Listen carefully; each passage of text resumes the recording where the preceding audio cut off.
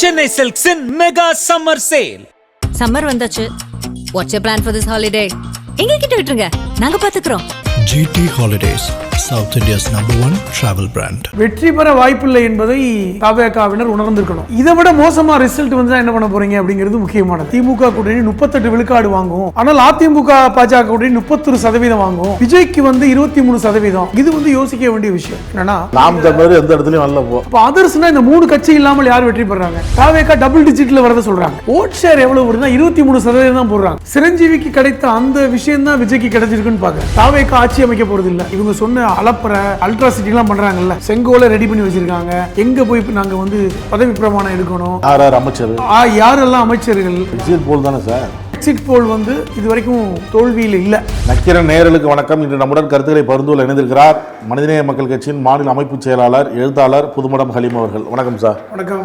5 மாநில தேர்தல் நடந்து முடிஞ்சிருக்கு. 2ஆம் கட்ட தேர்தல் மேற்கு வங்கத்தில் இன்னைக்கு முடிஞ்ச உடனே எக்ஸிட் போல்லாம் வெளியாயிருக்கு. அதை எப்படி பாக்குறீங்க? தமிழகத்தை பொறுத்த வரைக்கும் திமுக ஆட்சி மீண்டும் அமையும் அப்படிங்கிறது தான் அந்த கருத்து கணிப்புகள் எல்லாமே சொல்ல வருது. 2ஆம் இடத்துல அதிமுக கூட்டணி, 3ஆம் இடத்துல தவேகா சொல்லியிருக்காங்க. முதல் கட்டமாக இது எப்படி பார்க்குறீங்க? அதாவது எல்லா கருத்து கணிப்புகளும் திமுக கூட்டணி ஆட்சி அமைக்கிறதுங்கிறத உறுதிப்படுத்தியிருக்காங்க. உதாரணமாக பாப்புலரான கருத்து கணிப்புகளை நம்ம பார்க்கலாம். ஒன்று NDTVயுடைய அந்த பீப்புள்ஸ் பல்ஸ். அவங்க சொல்லியிருப்பது என்பது திமுக கூட்டணி 125லிருந்து 145 இடங்கள் வாங்குன்னு சொல்லியிருக்காங்க. அதிமுக கூட்டணி, அதாவது NDA கூட்டணி 65லேருந்து 80, தவேகா 16லேருந்து 26, மற்றவை 2லேருந்து 6ன்னு பீப்புள்ஸ் பல்ஸ். இது கொஞ்சம் பாப்புலர் சோர்ஸ்லேருந்து எடுத்து பண்ணியிருக்காங்க. NDTVயுடைய கருத்து கணிப்பு இது ஒரு பக்கம். இரண்டாவது ரிபப்ளிக் டிவிக்கே போகலாமே. ரிபப்ளிக் டிவி பொதுவாக NDA ஆட்சியை ஆதரிக்கின்ற ஒரு சேனல் தான். அவர்களே என்ன சொல்லியிருக்காங்கன்னா, திமுக கூட்டணி என்பது 125லேருந்து அதே 145 இடம் வரும், அதிமுக 65லேருந்து 85 வரலாம், தவேகா 16லேருந்து 26, அதர்ஸ் என்று சொல்லக்கூடிய பிற 1லேருந்து 6 இப்படி சொல்லியிருக்காங்க. இது ஒன்று. அதே மாதிரி சாணக்கியா ஸ்ட்ராட்டஜியும் கிட்டத்தட்ட NDTV மாதிரி சொன்னாலும் இன்னும் கூடுதலாகவே சொல்லியிருக்காங்க. சாணக்கியா திமுக கூட்டணி 145லேருந்து 160 இடங்கள் வரும், அதிமுக கூட்டணி அதாவது NDA கூட்டணி, அது அதிமுக பாஜக கூட்டணி 50லேருந்து 65, தவேகா 13லேருந்து 18 அப்படின்னு சொல்லியிருக்காங்க. இந்த 3ம் கிட்டத்தட்ட ஓரளவிற்கு நியர்பையாக தான் சொல்லியிருக்காங்க. இதை விட நம்ம என்ன பார்க்குறோன்னா, இப்போ NDTV சொன்ன கருத்து கணிப்பில் திமுக கூட்டணி 38 விழுக்காடு வாங்கும், ஆனால் அதிமுக பாஜக கூட்டணி 31% வாங்கும், விஜய்க்கு 23% அப்படிங்கிறத சொல்லியிருக்காங்க. இது யோசிக்க வேண்டிய விஷயம் என்னன்னா, இப்போ திமுக கூட்டணிக்கும் அதிமுக கூட்டணி இடையில கிட்டத்தட்ட 7% வித்தியாசம் இருக்கு.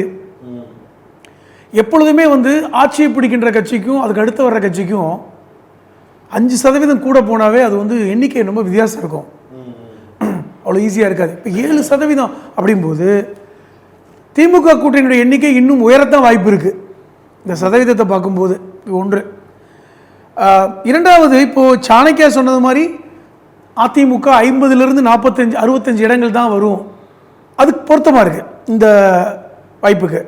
அப்போ 145+ திமுக வரலாம் அப்படிங்கிறது ஒரு பக்கம்.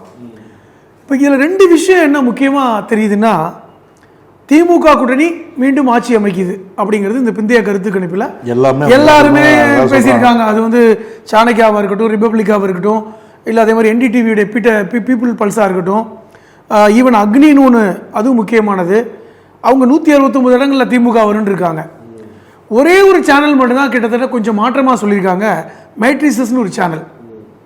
அவங்க என்ன சொல்லியிருக்காங்கன்னா, திமுக கூட்டணி 122லேருந்து 132 இடங்கள் வரும், ஆனால் அதிமுக பாஜக கூட்டணி 87லேருந்து 110 இடங்கள் வரலாம். 87 110னா அது ஆட்சி அமைக்கிற கிட்டத்தட்ட. இது ரெண்டுக்கும் நெருக்கி வரும். அதில் தவேகாவுக்கு குறைவாக கொடுத்துருக்காங்க, 10 to 12 தான் வரும். இது ஒன்று தான் வேறுபாடாக இருக்குது, மற்ற எல்லாருமே கிட்டத்தட்ட. ஆனால் இதில் கூட திமுக கூட்டணி 122 132 ஆட்சி அமைக்கிறது 118 போதுமானது. அப்ப ஆட்சி அமைப்பதில் திமுக கூட்டணி பின்தங்கல, திமுக கூட்டணி தான் ஆட்சி அமைக்குதுங்கிறதுல எந்த ஒரு இந்த எக்ஸிட் போல்லையும் மாற்றமா வரல. ஒன்று இப்ப நான் என்ன பார்க்குறேன்னா தாவேகாவுடைய விஷயத்துல தான் நான் பார்க்குறேன். நீங்க அதிமுக விடுங்க, அதிமுக கடந்த முறையே 75 இடம் ஜெயிச்சாங்க, அதை தக்க வைத்து தாண்டினாலே அவர்களுக்கு பெரிய வெற்றி அப்படின்லாம் பேசப்பட்டது. இப்போ விஜயுடைய அந்த தாவேகா 18லேருந்து 24ன்னு சொல்லி சொன்னது முக்கியமானது. இப்போ அதே மாதிரி சாணக்கியா 13லேருந்து 18, மேட்ரிசஸ் 10லேருந்து 12, ரிபப்ளிக் டிவி 16லேருந்து 26. ஆக இந்த 4மே தாவேகா டபுள் டிஜிட்டில் வரதை சொல்கிறாங்க. 10 விட கூடும், 10லிருந்து 25 இடங்களுக்குள் தாவேகா வரலாம் அப்படின்னு. ஆனால் ஓட் ஷேர் எவ்வளோ வருதுன்னா 23% தான் போடுறாங்க. 23% வந்தால் உங்களுக்கு இவ்வளவு கிடைக்குமா அப்படிங்கிறது ஒரு முக்கியமான கேள்வி இருக்குது. ஆனால் அதே நேரத்தில் நீங்கள் ஒரு விஷயத்தை ஒப்பிட்டு பார்க்குறேன். இப்போ 2008 சிரஞ்சீவி வந்து கட்சி ஆரம்பித்தார் ஆந்திராவில், ஒருங்கிணைந்த ஆந்திரா கட்சி ஆரம்பித்த போது அந்த கட்சி வந்து 2009 சட்டமன்றத்தில் போட்டிட்டாங்க. இதே மாதிரியான ஒரு சூழலில் தான் அந்த கட்சி இருந்தது. எங்கே பார்த்தாலும் சிரஞ்சீவிக்கு ஒரு பெரிய ஆதரவு, சிரஞ்சீவி தான் ஆட்சியை பிடிச்சிட்டாரு. ஆந்திரா முழுவதும் சிரஞ்சீவிக்கு கூடின கூட்டம் எந்த தலைவருக்குமே கூடலை. ஸோ இது ஒரு பெரிய மாற்றம், ஆந்திராவே புரட்டி போட்டுச்சுன்னு சொன்னாங்கல்ல. ஆனால் சிரஞ்சீவி அந்த தேர்தலில் வாங்கிய வாக்குகள் 20% தான் கிட்டத்தட்ட. அவர் வெற்றி பெற்ற இடம் 18 சட்டமன்ற தொகுதி. இப்போ நீங்கள் அதோடு ஒப்பிடும்பொழுது கிட்டத்தட்ட சிரஞ்சீவிக்கு கிடைத்த அந்த விஷயந்தான் விஜய்க்கு கிடைச்சிருக்குன்னு பார்க்குறேன். இப்போ நீங்கள் கிட்டத்தட்ட 23% சொல்கிறாங்கல்ல, அதை நெருக்கித்தான் வந்து சிரஞ்சீவி வாக்குகளை வாங்கினார். எப்போ நான் சொல்கிறது 2009. ஆனால் அவர் வாங்கிய சட்டமன்ற எத்தனைனா 18 சட்டமன்ற தொகுதிகளில் அவருடைய கட்சி வெற்றி பெற்றது. இப்போ அதே போன்ற ஒரு சினாரியா இருந்தால் இப்போ வந்து தாவேகாவும் வரலாம். ஆனால் இப்போது ரிபப்ளிக் டிவி கொடுத்துருக்கின்ற ஒரு விஷயத்தை நீங்கள் விட இப்போ இன்னொரு சேனல், அதாவது சாணக்கியாவே பாருங்களேன், தாவேகாவுக்கு வந்து 13லேருந்து 18 இடம் கொடுக்குறாங்க. 13லேருந்து 18 இடம். அவர்களும் பார்த்தீங்கன்னா ஓட்டு சதவீதம் எவ்வளோ கொடுக்குறாங்கன்னா 20% ஒட்டி தான் கொடுக்குறாங்க.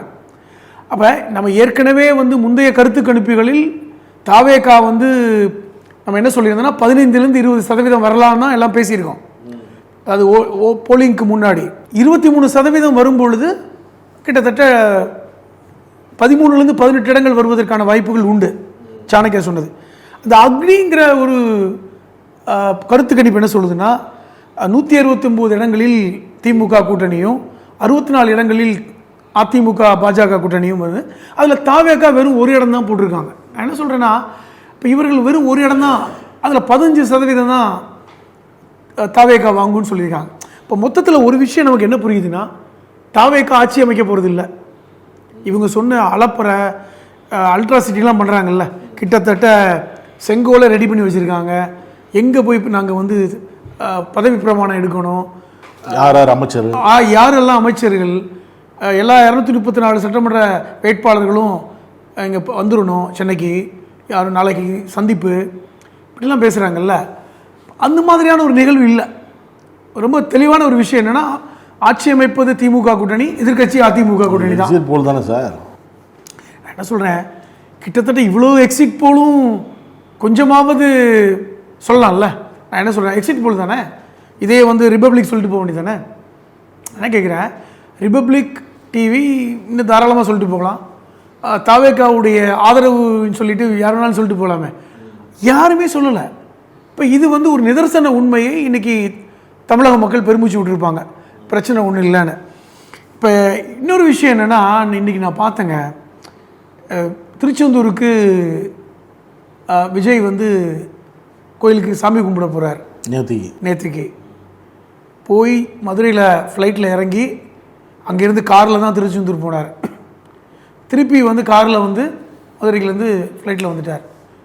என்ன செய்திகள் வருதுன்னா, எங்கேயுமே பெருசாக ஒன்றும் பிரச்சனை இல்லை, கூட்டம் அலைமோதலை, அவர் எந்த சிக்கல் இல்லாமல் தான் போனார், போய் அழகாக போய் பார்த்துட்டு வந்தார். என்ன கேட்குறேன், அப்போ நீங்கள் இதே மாதிரி கரூருக்கு நீங்கள் போயிருந்துருக்கலாம், அழகாக போயிட்டு அந்த 41 குடும்பத்தையும் சந்தித்து வந்திருக்கலாம். அதை செய்யலை அப்படிங்கிறத நீங்கள் சொல்கிறாங்க. ரெண்டாவது பார்த்தீங்கன்னா இப்பொழுது விஜய் போகும்பொழுது மட்டும் ஏன் இந்த கூட்டம் கூடலை அப்படிங்கிற கேள்வி வருது. எல்லாருக்கும் தெரியலையா? திருச்செந்தூர் கோயிலுக்கு போனது எல்லாருக்கும் தெரியும். இப்போ இதெல்லாம் வந்து இந்த மாதிரியான ஒரு விஷயத்தை தவேகாவினர் செஞ்சாங்க அப்படிங்கிற ஒரு செய்தி. இப்போ இதை நான் இன்னொரு விஷயம் என்ன பார்க்குறேன்னா, இது எக்ஸிட் போல் தான், இது எக்ஸிட் போல் தான், பிந்தைய கருத்து கணிப்பு தான். ஆனால் பெரும்பாலும் எக்ஸிட் போல் வந்து இது வரைக்கும் தோல்வியில் இல்லை. பெரும்பாலும் கிட்டத்தட்ட இப்போது 145 இடங்கள் என்பது 160 இடங்களாக மாறலாம். 65லேருந்து 80 இடங்கள் என்பது ஒரு 90ஆகவோ அல்லது 55ஆகவோ மாறலாம். விஜய்க்கு கூட 10 இடங்கள் கூட வெற்றி பெறலாம். இவரோட நான் சொல்கிறேன். அப்போ இந்த சூழலில் வெற்றி பெற வாய்ப்பில்லை என்பதை தவேகாவினர் உணர்ந்திருக்கணும். அது முக்கியமானது. அது இந்த கருத்து கணிப்பை ஏற்றுக்க மாட்டோம் அப்படிங்கிறது அவங்க விருப்பம்.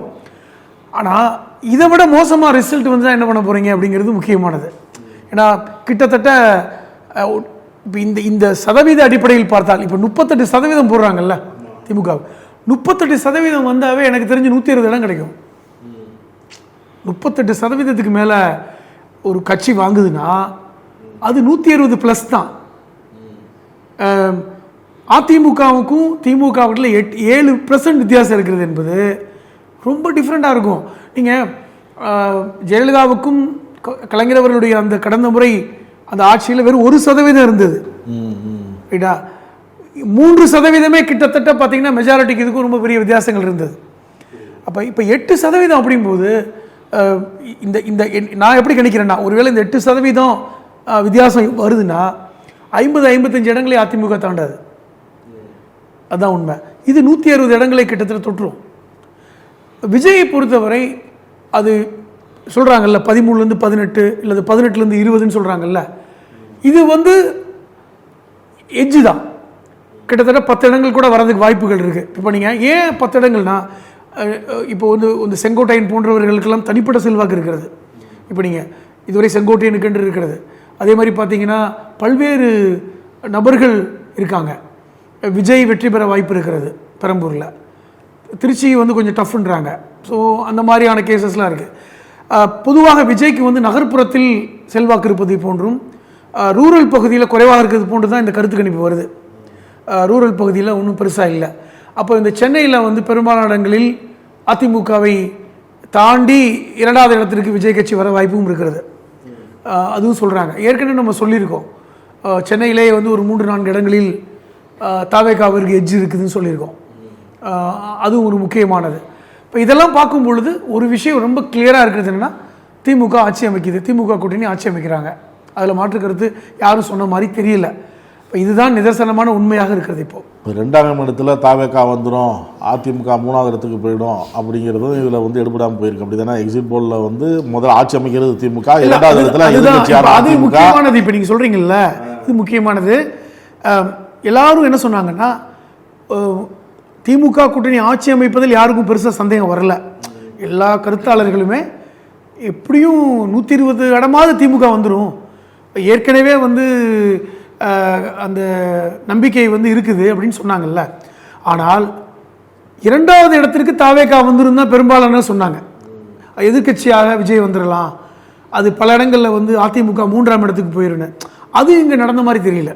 இந்த எக்ஸிட் போலில் இப்போ 65-80, சாணக்கிய 50-60, ரிபப்ளிக் டிவி 65-85, மேட்ரிசஸ் 87-110, அக்னி 64. அப்போ ஒரு விஷயம் என்ன தெரியுதுன்னா, 60 இடங்களில் சுமார் 60+ அதிமுக வெற்றி பெற்றுரும் தான் எல்லாரும் சொல்கிறாங்க. இப்போ 60+ வரும்பொழுது கண்டிப்பாக வந்து இதை உடைக்க தவேகா வர முடியல. ஏன்னா 3வது இடத்துல தான் இருக்காங்க. அப்போ அந்த இடத்துல இல்லை. இப்போ திமுக ஆட்சி அமைக்குது, அதிமுக வந்து எதிர்கட்சியாக வருது. இப்போ 3வது பிளேயராக தவேகா வந்திருக்கு. அது ஒன்று. இன்னொன்று முக்கியமான விஷயம் என்னென்னா, இதுவரை இப்படி ஒரு 3வது பெரிய அணி வந்து தமிழ்நாட்டில் இத்தனை எண்ணிக்கையில் ஒரு போட்டியாக வந்தது என்பது ஒரு முக்கியமான கட்டம். இப்போ நீங்கள் இப்போ அதர்ஸ்னு ஒன்று போடுறாங்கல்ல, 2 to 6 போடுறாங்க. இப்போ இந்த பீப்புள்ஸ் பல்ஸ் வந்து 2 to 6 அதர்ஸ்னு போடுறாங்க. அந்த அதர்ஸ்னா யாரு? அந்த அதர்ஸ் மேக்சிமம் வந்து ஆளுங்கட்சிக்கு தான் அது சாதகமாக இருக்கும். 2-3வது இடத்துக்கு வர வாய்ப்பு இல்லை, ஆளுங்கட்சிக்கு சாதகமாக இருக்கும். அதை விட மேட்ரிசஸில் வந்து 0லேருந்து 6 அதர்ஸு, நாம் தமிழர் 0ன்னு போடுறான். இப்போ அந்த அதர்ஸுக்குள்ளே நாம் தமிழர் இல்லை அப்படிங்கிறதையும் புரிஞ்சுக்க முடியுது. இப்போ சாணக்கியன் 5லேருந்து 8 அதர்ஸ்னு காமிக்கிறான். அப்போ அதர்ஸ்னால் இந்த 3 கட்சி இல்லாமல் யார் வெற்றி பெறாங்க? அதுவா? அல்லது இந்த அதர்ஸ் என்பது முடிவு தெரியாத, இது எந்த கட்சிக்கும் போட முடியல, தகவல் சரியா இல்லை, அது எங்கே வேணாலும் போய் சேரலாம், அது மேக்சிமம் ஆளுங்கட்சிக்கு தான் போகும். இப்போ அது இருக்குது. இப்போ மொத்தத்தில் வந்து இந்த ஓவரால் இந்த எக்ஸிட் போல் கருத்து கணிப்பு என்பது 145+ அப்படிங்கிறத புரிஞ்சிக்க முடியுது. இப்போ 145+ என்றாலே அது 160 தொட்டுவிடும், 160 தொட்டுவிடும். ஏடிஎம்கே என்பது 55லேருந்து 65 இடங்கள் வரும். இப்போ கடந்த முறையை விட ஒரு 10 அல்லது 15 இடங்கள் திமுக கூடுதலாக பெறுகின்ற ஒரு சினாரியோ தான் இதில் இருக்குது. ஆனாலும் தாவேகா வாங்குகின்ற அந்த டபுள் டிஜிட் அது அதிமுகவுக்கு செல்ல வேண்டிய தொகுதிகளாக மாறுது எனக்கு தெரியுது. இப்போ நீங்கள் ஒரு 10லேருந்து ஒரு 13 இடங்கள் வந்து கிட்டத்தட்ட அதிமுகவுக்கு தான் குறைவாக இருக்குது. ஏன்னா கடந்த முறை 75 இடங்களில் அதிமுக வெற்றி பெற்ற இடம். இப்போ இன்றைக்கி யாருமே 75 இடங்களில் பெருசாக வரும்னு சொல்லலை. இப்போ இந்த அதிமுக கூட்டணியில் இருக்கின்ற ஒரு 10-13 இடங்கள் தாவேகாவுக்கு போகலாம் என்பது தான் நம்ம உணர முடியுது. 5 மாநில தேர்தல்களால பிற மாநிலங்களுடைய எக்ஸிட் போலியும் கொஞ்சம் பாருங்கள் சார், அது எப்படி இருக்குது? அதாவது இப்போ கேரளாவில், ஏன்னா 5 மாநிலங்கள் நடந்திருக்கு தமிழ்நாடு உட்பட. கேரளாவில் எல்டிஎஃப்பும் யூடிஎஃப்பும் லெஃப்ட் ஃப்ரண்டும் காங்கிரஸ் இதில் வந்து யூடிஎஃப் தான் வெற்றி பெறுவது மாதிரி எல்லா கருத்துக்களையும் வர்றாங்க. இருந்தாலும் பலம் வாய்ந்த ஒரு எதிர்க்கட்சியாக எல்டிஎஃப் இருக்கும். ஏன்னா கிட்டத்தட்ட இப்போ வந்து எல்டிஎஃப் வந்து 58-68, யூடிஎஃப் வந்து 78-90 இப்படி போகுது. அப்போ யார் வெற்றி பெற்றாலுமே ஒரு அப்போசிஷன் வந்து ஒரு பலமாக இருக்கிறது மாதிரி தான் கேரளாவில் இருக்குது. பட் பெரும்பாரியாக காங்கிரஸ் வெற்றி பெற்றுவிடும் அப்படிங்கிற மாதிரி வருது. அஸ்ஸாமில் நம்ம எதிர்பார்த்த மாதிரி தான், அங்கே பாஜக மீண்டும் ஆட்சியை பிடிக்குதுன்னு சொல்கிறாங்க. அதில் வந்து 85-95 இடங்கள் பாஜக கூட்டணி. அதே மாதிரி பாண்டிச்சேரியிலையும் என்ஆர் காங்கிரஸ் கூட்டணி, காங்கிரஸ் பாஜக கூட்டணி 16லேருந்து 20 இடங்கள் வெற்றி பெற்றுன்னு சொல்கிறாங்க. அதுலேயும் ஒரு பெரிய சேஞ்சஸ் இருக்கிற மாதிரி தெரியல. ஆனால் நம்ம பேச வேண்டியது மேற்கு வங்காளத்தில் தான். ஏன்னா மேற்கு வங்காளமும் தமிழ்நாடும் தான் பாஜகவுக்கு ஒரு பெரிய பிரச்சனை, சவால் சொல்லப்போனால். ஏன்னா கேரளாவில் அவங்க ஒன்றுமே இல்லை. கேரளாவில் பாஜக என்பது அவங்க வந்து ஒன்றுமே கிடையாது. தமிழ்நாடு மாதிரி தான், அவங்க ஏதாவது ஒரு கட்சியில் தான் கூட்டணி வைக்கணும். அங்கே வந்து அன்ஃபார்ச்சுனேட்லி லெஃப்ட் ஃப்ரண்டோ அல்லது காங்கிரஸோ அங்கே சேர முடியாது. அவங்க கூட எந்த பார்ட்டியும் அவங்க எடுத்துக்க முடியாது. இல்லை கம்யூனிஸ்ட் கட்சிகள் பாஜகவை சேர்த்துக்க மாட்டாங்க, காங்கிரஸ் அஃப்கோர்ஸ் சேர்க்கறதுக்கு வாய்ப்பு இல்லை. அப்போ வெஸ்ட் பெங்காலில் மம்தா பானர்ஜி மிகப்பெரிய அளவில் பாஜகவை எதிர்க்கின்ற ஒரு சக்தியாக இருக்கிறார். இப்போ அங்கே வந்து பாஜக வந்துருங்கிற மாதிரி இப்போ வட இந்திய ஊடகங்கள், இப்போ நம்ம பேசிக்கிட்டு இருக்கிற அத்தனை ஊடகங்களுமே இப்போ ஒரு நெருக்கமாக சொல்கிறாங்க, பாஜகவுக்கு தான் எட்ஜ் இருக்குது, பாஜக வெற்றி பெற்றுவிடும். இன்னும் சொல்ல போனால் அதாவது திரிணாமுல் காங்கிரஸ் 125லேருந்து 140 இடம் அப்படின்னு சொல்கிறாங்க. பிஜேபி கூட்டணி 145லேருந்து 120 இடம் அப்படிங்கும்போது இது ஒரு மாதிரி நெக் டு நெக் ஃபைட்டாக இருக்குது. இப்போ வந்து ஒரு மாதிரி இழுபறியாக போகுது அப்படிங்கிறத நம்ம பார்க்குறோம். அப்படி இழுபறியாக போனாவே நமக்கு தெரியும் அங்கே இருக்கின்ற எம்எல்ஏக்களை எப்படி இழுப்பாங்கன்னு தெரியும். இப்போ அந்த மாதிரி ஒரு பெரிய போராட்டம் நடத்தி அல்லது வந்து சாமபேத தண்டத்தை பயன்படுத்தி பாஜக ஆட்சி அமைத்து விடுமோங்கிற மாதிரியான ஒரு எக்ஸிட் போல் காமிக்குது. ஆனால் இதே தமிழ்நாட்டில் அந்த இது இல்லை, சாலிடாக திமுக கூட்டணி வெற்றி பெறது மாதிரி தான் எல்லாரும். அதை வந்து நான் நினைக்கிறேன் இதுதான் வந்து பாஜகவுடைய எக்ஸ்பெக்டேஷனாகவும் இருக்குது. அவர்களை பொறுத்தவரை தமிழ்நாட்டில் பிடிக்க முடியலனா கூட மேற்கு வங்காளத்தில் ஆட்சியை பிடிச்சிடணும்னு நினைக்கிறாங்க. ஏன்னா காரணம், அவர்களுக்கு ஏற்கனவே கடந்த சட்டமன்ற தொகுதியிலே 40 எம்எல்ஏக்கள் இருந்தாங்க. கிட்டத்தட்ட அவங்க தான் பிரதான எதிர்க்கட்சி. அது மாதிரியான ஒரு சூழல் தமிழ்நாட்டில் அவங்களுக்கு கிடையாது. இப்போ அதனால் அங்கே வந்து அவர்கள் பெரிய அளவில் வேலை பண்ணியிருக்காங்க. எஸ்ஐஆரில் வந்து தமிழ்நாட்டில் கூட பெரிய கொந்தளிப்பு ஏற்படலை, ஆனால் மேற்கு வங்காளத்தில் பெரிய கொந்தளிப்பு ஏற்பட்டது. பலரும் அதை வந்து ஒரு பெரிய போராட்டம் நடத்தினாங்க, பல தற்கொலைகள் நடந்தது, இதெல்லாம் நம்ம பார்க்குறோம். அதனால் வந்து மேற்கு வங்காள முடிவு என்பது ஒரு முக்கியமான முடிவாக பார்க்க வேண்டும். அது நம்ம மே 4 தான் நமக்கு அதுக்கு உண்டான பல்வேறு வாக்குறுதியும் கொடுத்துருக்கிறார் மோடி. அங்கே பெண்களை கவர்ற மாதிரி மாதம் 1000 ரூபா. ஆனால் அவர்கள் நீங்கள் நல்லா பார்த்தா தெரியும், தமிழ்நாட்டில் பெருசாக அவங்க ஒன்றும் பேசிக்கல.